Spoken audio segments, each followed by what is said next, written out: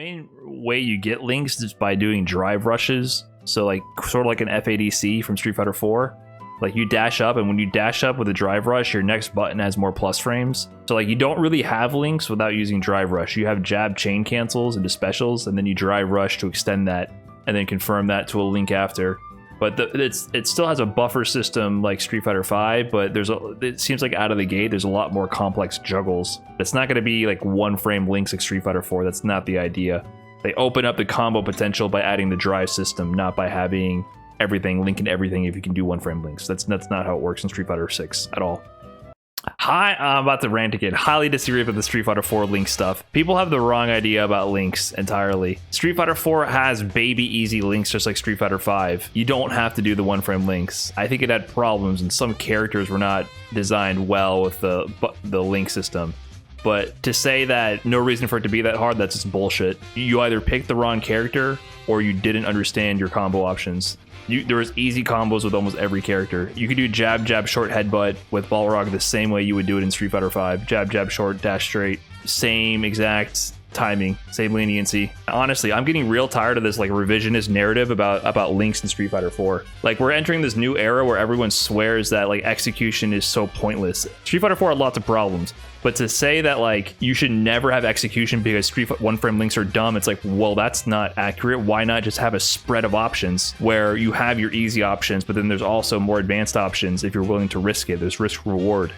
I don't understand. And to me, honestly, it frustrates me because it always boils down to, I think it's too hard for me. And then it makes me want to think like, well, fuck you. I don't care if it's too hard for you. I want to do it. Why remove it? Like, instead of saying we should add stuff for more people, it comes across extremely selfish to me because it's like, remove the option from other people. It always comes from a place of negative, like pull away from the game. I think there should be a wide range of options. That's why like I think Balrog in Street Fighter 4 is a great character as an example, because he has baby easy jab jab short headbutt, jab jab short EX upper, whatever. Those are 3-4 frame links or chains. They're super easy. And then he also, on the same token, you can also do really advanced one frame links to extend your damage at the risk of dropping it, burn resources, right? So there's a wide range of execution options, and from the same starter, you can go many different routes. Baby easy, medium, expert, right? You have choice there. And that's, I think, a well-designed system. I disagree on the fundamental aspect of saying having high execution options is bad. I think raising the skill floor too high to the point where you must do those sorts of things in order to play the game at a basic level, that is bad. But having a range of options is, to me, exclusively a good thing. Like, say we had Street Fighter 5 right now, but then they added an extra link to every character that was one frame that would allow you to do a route that got you 50 extra damage. Would it be a bad thing to add that to the game? But the risk is if you drop it, you'll get punished. Is it a bad thing to add that to the game? You might not want to risk that because you might want your consistent combo. But then there will be a handful of players who go, I'm going to go for the optimal combo because I want the more reward. And, I'm going to risk it for the biscuit. And I think that's what Street Fighter 4 was really good at, because when you watch high-level tournaments, you would see combos that other people wouldn't do. You would see people do things at the highest level at a consistency and do combo routes that you can't do. That's what makes it great. People watch Street Fighter 5 tournaments, and for the average viewer, every match looks the same because they don't have the trained eye to understand the difference between like the Oki versus the throw, whatever. Those are very subtle things at high level that people who are more invested can start to appreciate. But everyone can appreciate a flashy combo. And when you can see that as the bracket progresses, you start seeing more and more explosive combos doing more damage and are going on for longer, and you can feel the tension build from that. It's obvious to me that that's a good thing. That the good players are able to perform things that you see the bad players cannot. Now, should it be so execution heavy where there's no easy option? No, that defeats the purpose. The whole purpose is to have the low skill floor so that everyone can have an option to focus on decision making, and maybe execution is not what they're trying to focus on in that moment. That should always be there. But then if you allow the branching tree of options where, you start looking into, higher execution to optimize and damage, optimize and stun, optimize and Oki, whatever, or maybe all of them, right? And sometimes the high execution stuff wouldn't necessarily give you the best of everything. It might give you the best of one variable instead. So I don't see how that is a bad thing. And I also don't see how that's not player expression. That was what the argument was, is that execution is not player expression. That is, I cannot believe that people will say that's not player expression. Being able to execute your own unique combos and also to choose to do different routes that it sets you apart from another player, or to differentiate yourself from other players, to me is a definition of player expression. Now, it's not like a rhythm game. Like, I think the argument comes from like, oh, if it's the combo is better, just do the harder, better combo every time. In a rhythm game, you press the buttons at the right time. And if you press the buttons more accurate, you get more points. It's that simple. There's no player expression because there's a objectively best end goal, and everyone is just trying to do the best end goal, right? That to me is what creates a skill gap, not player expression. If you are better at timing the buttons, you get more points. That easy, right? Rhythm games. Super simple. Just do the thing, do it good. But in fighting games, it's not like that, because there's risk. When you go for a harder combo, you're more likely to drop the combo, and there's risk to that because you might be punished. Therefore, when you get the hit, you have to on the fly make a decision what combo route you're going to do based on a lot of factors, based on spacing to the corner, where you get the hit, how much frame advantage you have, the meter, their life bar, how crisp you're feeling on that day, you know, how cold or warm your hands are, and you have to make a conscious decision about what route to go for. And then if you go, I'm that fucking dude, I'm gonna do the optimal one frame length motherfucker, I don't give a fuck, even if the baby combo is gonna kill, that to me is player expression, because I got those and I'm nice like that. That to me is expressing myself. Hey, fuck you, I'm nice. How is that not a player expression? You know how many times in Street Fighter 4 I would go for a hard ass combo when I didn't need to, just to be like, remember that. You know what I mean? There's more decisions to make when you have a combo system that offers branching decisions, branching options, and they also have different rewards. And yes, one factor could be different routes have harder execution than others, because that increases the risk for going for that reward. So it's just another variable to tweak and adding variety to the possibilities in the game engine to allow players to express themselves. I just don't understand how you could argue that people who opt to do specific things because they are harder are not expressing themselves. I cannot understand it. By the way, there's a tournament going on. All right, back to my rants.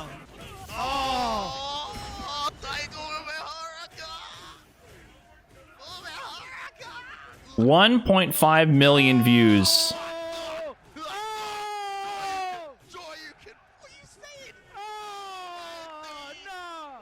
When you get hit with a combo like that and the crowd is cheering for every hit, psychologically, Momochi's got to be in a special place right now.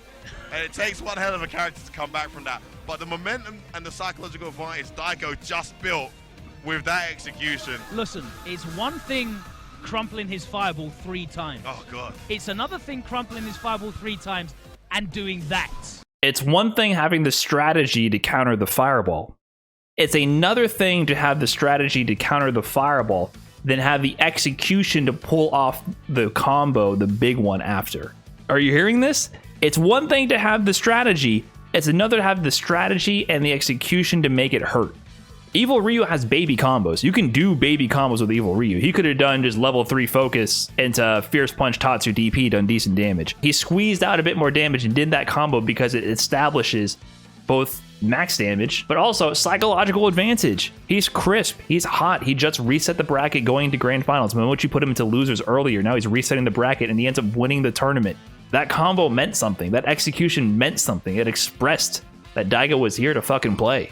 How about this from Sako? High fight highlighting. Chat, did you train deliberately like this for Minot 2? Sako, of course. I did this for around 3 months, 8 hours every day for 3 months. After I felt like I've learned enough patterns, that's when I started using her in real matches. Sako trained 8 hours a day for 3 months to be able to do the things we see him do with Minot. Is that not expression of some kind? Expressing how dedicated he is to the craft of maximizing the character? That's execution. He's practicing execution and patterns and awareness and all this. After seeing all this, do you understand why I want to keep coming back to training mode at midnight? The ideas are just coming out infinitely. It's what brings them coming back late at night to the lab. When you learn to master certain execution systems, you can express yourself more freely.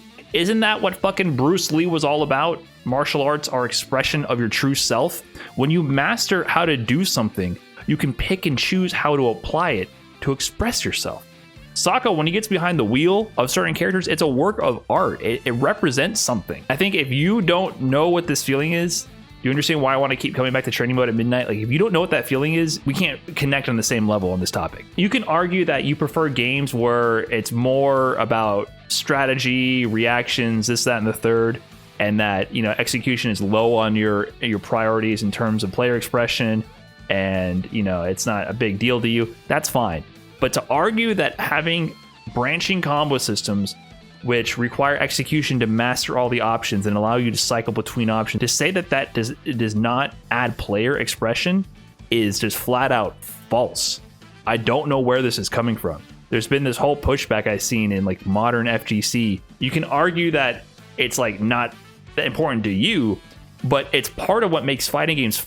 Like, I do thoroughly disagree with the notion that execution has no place in fighting games. Street Fighter 4 got some things right and a lot of things wrong. Street Fighter 5, I think, got a lot of things right. I like the buffer on punishes. I think the link buffer on punishes is great. I don't know. I just feel I've been getting this argument that, oh, there's no player expression with execution. That is just false. It might not be your preferred way, but when I look at Smug playing Dudley, I know it's Smug playing Dudley. When I look at Sokko playing Minot, Sokko playing Evil Ryu, I know it's him.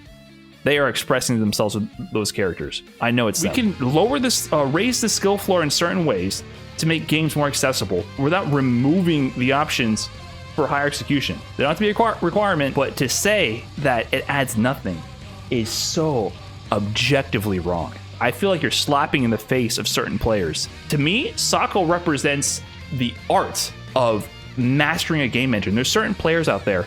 I would look at people like Apology Man, a KBR, Sokko. There are certain players who I look at, their goal is to squeeze as much out of the engine as they possibly can and express themselves in that manner. Desk, just making straight up combo videos, right? And I feel like when people say, oh, one frame links add nothing, that's bullshit. They add variety. You don't have to make everything a one frame link. You can add more options that are gate kept via one frame links and keep all the existing options. And one frame links aren't the only form of execution. I think the link is dead, but to say it adds nothing, man, come on. Wild. Out of line.